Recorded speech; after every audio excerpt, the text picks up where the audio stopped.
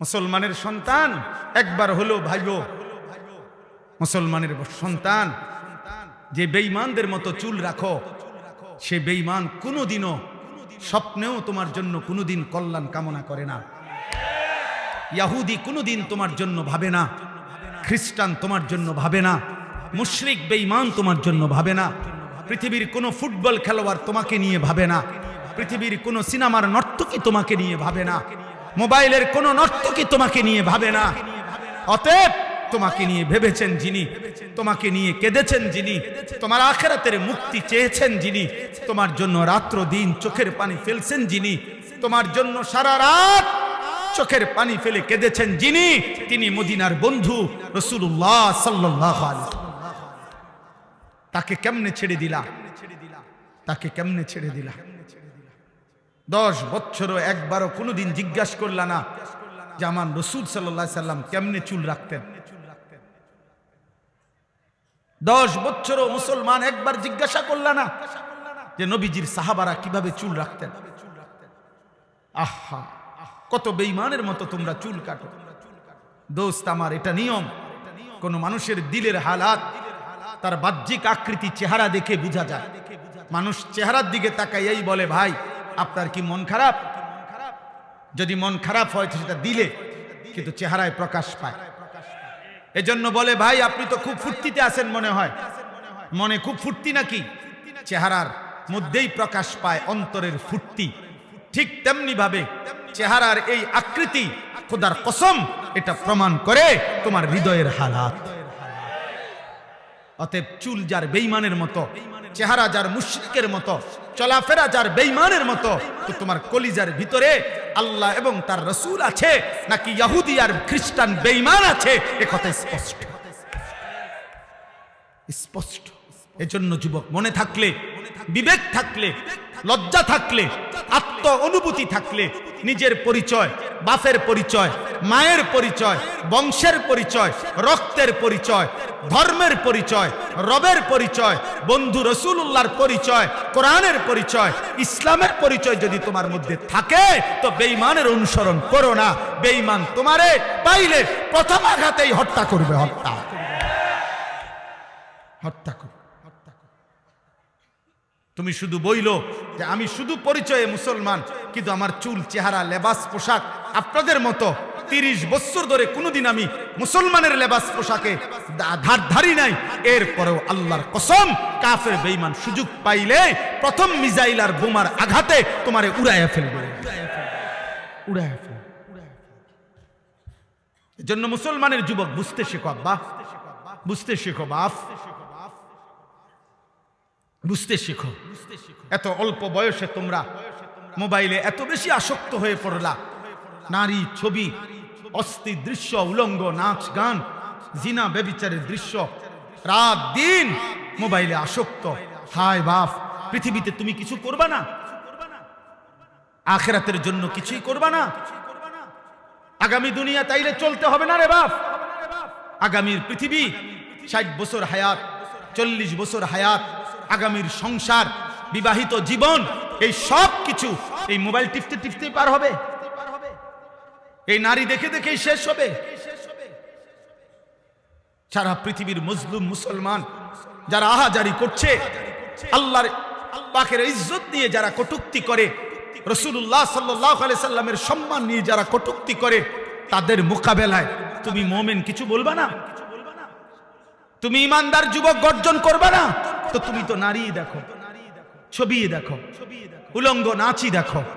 365 দিনে কেউ তোমারে কোনোদিন ফজরের মসজিদে দেখে নাই। তুমি আল্লাহর জন্য জীবন দিবা কেমনে? তুমি নবীর ভালোবাসায় জান দিবা কেমনে? বা ভোরের পাখি তো কোনোদিন তোমাকে দেখে নাই, সকালের আলো তো কোনোদিন দেখে নাই। আল্লাহ আমাদেরকে বিবেক দান করে। তাহলে এই মক্কার কুরাইশরা প্রত্যেক নবী তাদের দাওয়াত দিতে যখনই বলতেন আখিরাত, তো সব বেঈমান এক নীতি, সমস্ত মুশরিক বেঈমান, সর্বযুগের পাপী নাফরমান ব্যক্তিদের একটাই অভ্যাস, তারা আখিরাতকে কোনোভাবেই মানতে চাইতো না। এজন্য আমাদের নবীর জামানাতেও মক্কার কাফেররা যখনই নবীজি আখিরাতের কথা বলতেন তখনই তারা ভিন্ন ভিন্ন পাল্টা যুক্তি দেখাইতো। বলতো মুহাম্মদ হবে না, কবর থেকে কাউকে আবার হাসরের মাঠে নেওয়া, উঠানো, হাসরের মাঠ কায়েম করার জন্য আমাদেরকে আবার উঠাবে, এইটার কোনো সিস্টেমে হইতে পারে না, এটা যুক্তি ধরে না। নাউজুবিল্লাহ। কেন? এ তারা বলতো ওয়াকালু আইদা দালালনা ফিল আরদ আইন্না লাফি খালকিন জাদীদ। আরো আয়াত আছে বাকি, এটা হলো আমি যেটা পড়ছি। আল্লাহ বলেন এই বেঈমানরা বলতেছে বন্ধু আপনার সামনে কি, যে হে মুহাম্মদ আমরা যখন মৃত্যুবরণ করে কবরের সাথে মিশে যাব, মাটির সাথে হারিয়ে যাব, আইন্না লাফি খালকিন জাদীদ, আমাদেরকে কি পুনরায় আবার নতুন করে সৃষ্টি করে কবর থেকে পুনরায় হাসরের ময়দানে উঠাবে? এটা কিভাবে সম্ভব? পাবে কই? মনে করেন এখানে 500 বছর আগে কবর ছিল, কথার কথা, এখন 500 বছর পরে হতে পারে এখন এখানে কবর তো দূরে থাক, মাটিও নাই, সাগর, এটা খাল হয়ে গেছে মনে করেন। তাহলে এখন এই লাশ কই, আড্ডি কই, গোশত কই, চর্বি কই, চামড়া কই? মাটিই তো নাই। এমন হইতে পারে না? এমন হইছে না? তো তাইলে কোত্থেকে আনবে? কোত্থেকে আনবে? এইভাবে তারা আপনার প্রতিনিয়ত নবী সাল্লাল্লাহু আলাইহি সাল্লামের সামনে যুক্তি দেখাইতো, যুক্তি দেখাইতো। বলতো না মুহাম্মদ যত কথাই বলো আখিরাত হবে না, কবর থেকে পাবে কেমনে? আইদা মিতনা ওয়া কুননা তুরাবান ওয়া ইজামান, আমরা মরে যাব, মাটি হয়ে যাব, হাড্ডি মাড্ডি মিশে যাবে, আবার কেমনে ফিরাবে? হাদা শাইউন আজীব, কোরআনে আছে। কাফেররা বলতো মুহাম্মদ এটা আশ্চর্য কথা, এটা হবে কিভাবে? কিভাবে সম্ভব? এটা কোনোভাবেই সম্ভব না। নাউজুবিল্লাহ। এখানে আল্লাহ তাআলা জবাব দিবেন, প্রথম জবাব বাল হুম বিলিকাই রাব্বিহিম কাফিরুন।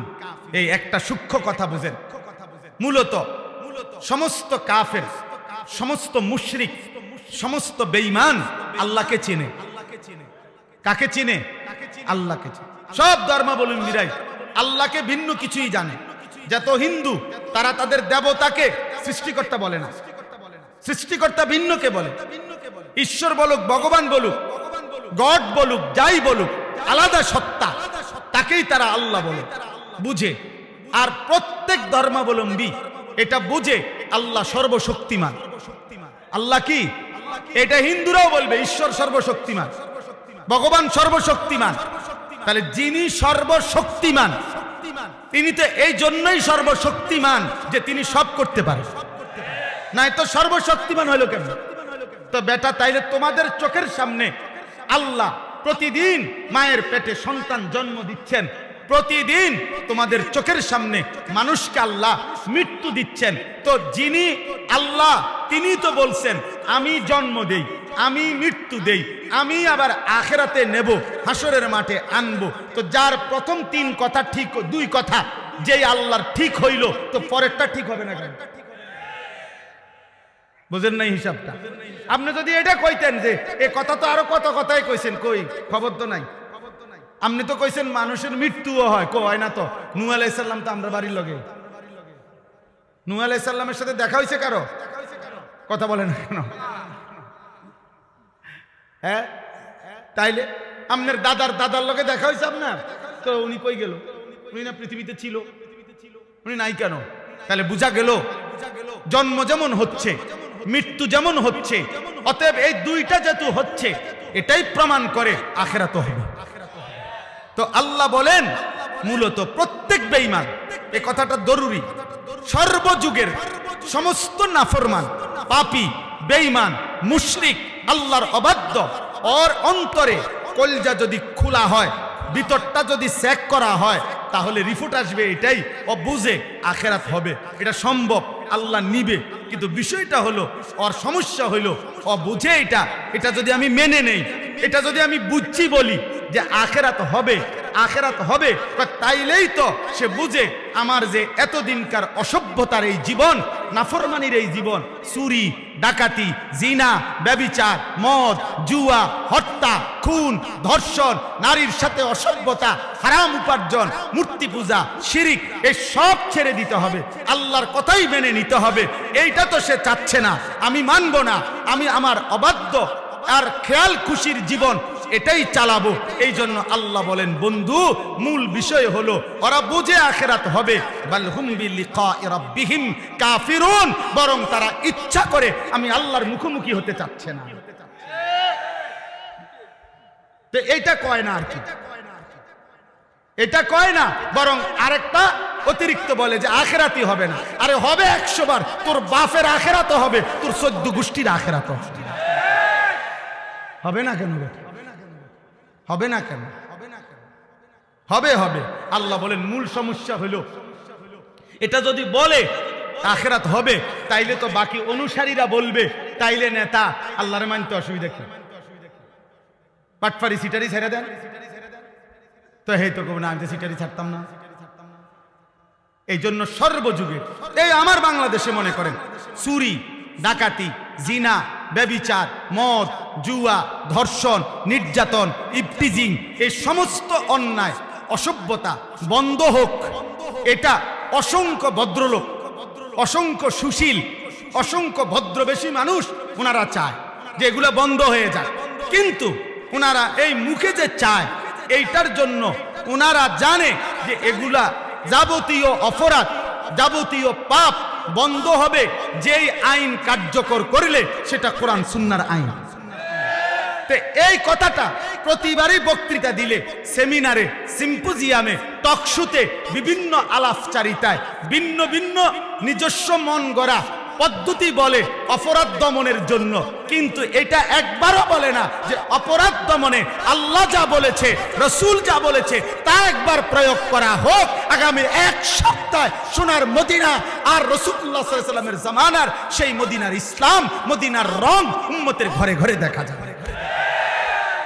আজ পৃথিবী আরেকবার দেখুক আফগানকে, গোটা পৃথিবী মিয়া 800 কোটি মানুষ আফগানিস্তানের দিকে পুরাপুরি তাকায় আছে, করেটা কি? আর গোটা পৃথিবীকে আফগানের ইমানদার মুসলমান বুড়া আঙ্গুল দেখায় বলছে তোদের গোটা পৃথিবীর নিয়ম তন্ত্র মন্ত্র আইন তোদের মানব রচিত সব কিছুকে থুতু মারলাম, আল্লাহর জমিনে আল্লাহর আইন বাস্তবায়ন করলাম। আলহামদুলিল্লাহ আলহামদুলিল্লাহ। আগামীর পৃথিবীতে ইনশাআল্লাহ দোস্ত আমি থাকি আর তুমি থাকো, আমি না থাকি আর তোমরা না থাকো, আগামীর পৃথিবীতে মাহাদি আসবে, দাজ্জাল প্রকাশ পাবে এবং দাজ্জাল হারবে, মাহাদি জিতবে, ইমানদারের বিজয় হবে। খোদার কসম পৃথিবীময় রব্বে কাবার কসম ইমানের পতাকা ইসলামের পতাকা উড়বেই উড়বে ইনশাআল্লাহ। শুধু বাংলাদেশ না সারা পৃথিবীতে উড়বে। এটা মুহাম্মদ আরবির জবানের কথা সাল্লাল্লাহু আলাইহি সাল্লাম, আর তার কোনো কথা ভুল হয় না।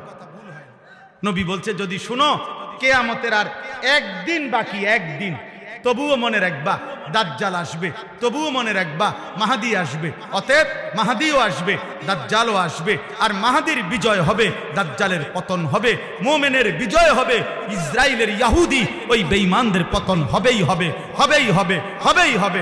একদিন গাজা হাসবে, একদিন ফিলিস্তিন হাসবে, একদিন ইসরাইলের কুত্তারা হারবে, কোনো সন্দেহ। দেখার বিষয় হলো যুবক তোমারে আল্লাহ নিবে কিনা। অসংখ্য যুবক এমনও হইতে পারো তুমি সেদিনও যেদিন আল্লাহর দিন বিজয় হচ্ছে সেদিনও তুমি বিড়িয়ে খাইতে আসো, সেদিনে তুমি নাড়িয়ে দেখতে আসো, সেদিনে তুমি সকাল 9টা পর্যন্ত শুইয়াই রইছ, ফজরের পরে ইমানদার বিজয় করে ফেলছ।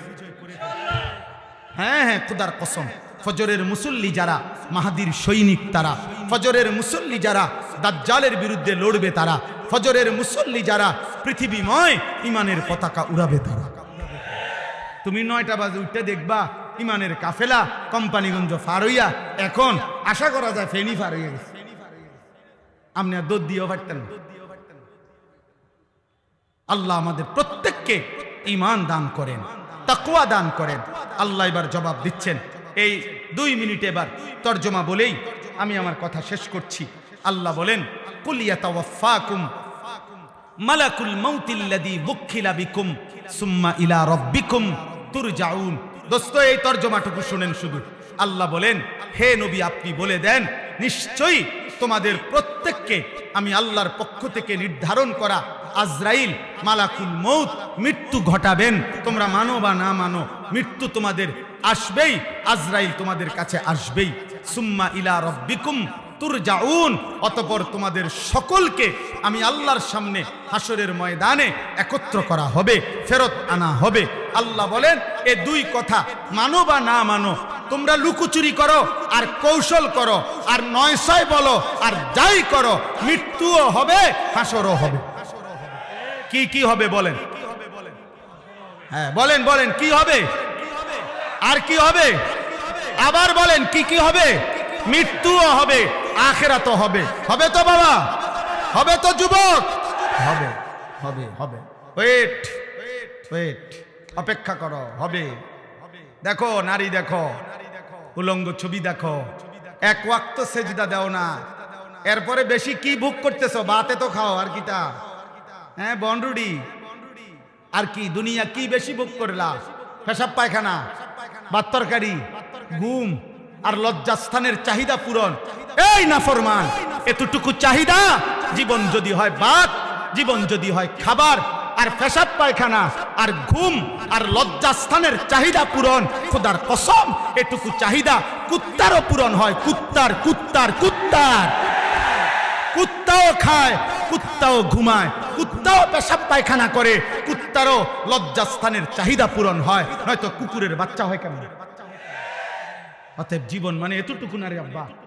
জীবন মানে গোলামি, জীবন মানে সেজদা, জীবন মানে মালিক চিনা, জীবন মানে মদিনার বন্ধু চিনা, জীবন মানে কোরআন বুকে ধরা, জীবন মানে আল্লাহকে সঙ্গী বানানো। ওয়ালাউ তারা ইদিল মুজরিমুনা নাকিসু রুউসিহিম ইনদা রাব্বিহিম। আল্লাহ এবার হাসরের ময়দানের চিত্র তুলে ধরছে। আল্লাহ বলে বন্ধু আপনাকে বলে রাখি, আপনি সেদিন দেখবেন সমস্ত পাপী, নাফরমান, মুশরিক, বেঈমান হাসরের দিন, আখিরাতের দিন আমি আল্লাহর সামনে দাঁড়িয়ে থাকবে, মাথাটা নুয়ে লজ্জায় অপমানে আপনার বেইজ্জতিতে মাথা নুয়ে থাকবে। রব্বানা আবসারনা ওয়া সামি'না ফারজি'না না'মাল সালিহান ইন্না মুকিনুন। প্রত্যেক পাপী আল্লাহর সামনে মাথা নুয়ে হাসরের ময়দানে বলবে আল্লাহ আজ গোটা হাসরের মাঠ আমি নিজ চোখে দেখলাম, আমার নিজ কানে সব কথা শুনলাম, আজ আমি আখিরাত বিশ্বাস করছি পুরাপুরি। অতএব এই হাসরের মাঠ থেকে আমারে আরেকবার দুনিয়ায় পাঠান, এবার গেলে আমি নেক আমল করব। মাশাআল্লাহ, আলাপ দেখছেন নি? আলাপের ডংটা বুঝছেন না? তারে কি ফিটাটা ফিটন দরকার, তার আলাপ কি এখন যাবে নেক আমল করার জন্য। ওয়ালাউ শি'না লাআতাইনা কুল্লা নাফসিন হুদাহা। আল্লাহ বলে হায় নাফরমান, আমি তো চাইলে দুনিয়াতেই আমি আল্লাহ তোকে বাধ্য করেই আমার বন্দিগি করাইতে পারতাম। পারতো? কথা বলে না পারতো? আমাদের এই সকলকে 5 ওয়াক্ত নামাজ পড়াইতে বাধ্য কইরা আল্লাহর পক্ষে সম্ভব? আল্লাহ এটা পারবে তো? কিন্তু যদি এটা আল্লাহ বাধ্য করাইয়াই করে তো পুরস্কার কিসের? কথা বলে না তো আর বিচার কিত্ত তো আর জান্নাত জাহান্নাম কি?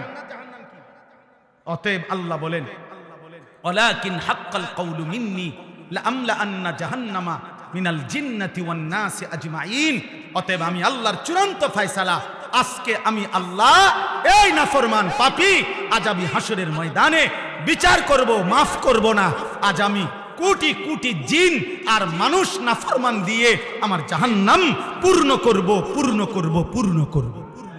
আজ মাফ করব না, দুনিয়াতেও যেতে দেব না, জাহান্নামে দেব, জাহান্নামে দেব। আজ আর আমি তোমাকে ভুলে গেলাম। অতএব অনন্তকালের জন্য তোমার নাফরমানির বিনিময়ে আযাব আল খুলদ, অনন্তকালের আযাব জাহান্নাম ভোগ করতে থাকো, ভোগ করতে থাকো। দোস্ত আমার, সেদিন আল্লাহ যদি মুখ ফিরায় নেয়, সেদিন আল্লাহ যদি বলে বান্দা আমি তোকে ভুলে গেলাম, হায় বাপ আমার, ভাই আমার, বন্ধু আমার, নওজোয়ান সাথে আমার, খোদার কসম রে বাপ আর কেউ থাকবে না, আর কেউ না, আর কেউ না, আর কেউ না। আল্লাহ আমাদেরকে মাফ করে দেন, ঈমানের জীবন দান করেন, উত্তম আখলাক দান করেন, গুনাহ থেকে বাঁচবার তৌফিক দান করেন। চলেন ইনশাআল্লাহ বদলে যাই, বলেন ইনশাআল্লাহ। চলেন বদলে যায় ইনশাআল্লাহ, আল্লাহর গোলামি করব ইনশাআল্লাহ, রাসূলুল্লাহ সাল্লাল্লাহু আলাইহি সাল্লামকে ভালোবাসবো ইনশাআল্লাহ, খতমে নবুয়তের জন্য যা লাগে তা করব ইনশাআল্লাহ। আল্লাহ তাআলা কবুল করেন। কোম্পানিগঞ্জ বাজার ফল ব্যবসায়ী সমিতির এই মাহফিলকে ইসরাফিলের ফু পর্যন্ত আল্লাহ কবুল করে নেন, আমিন।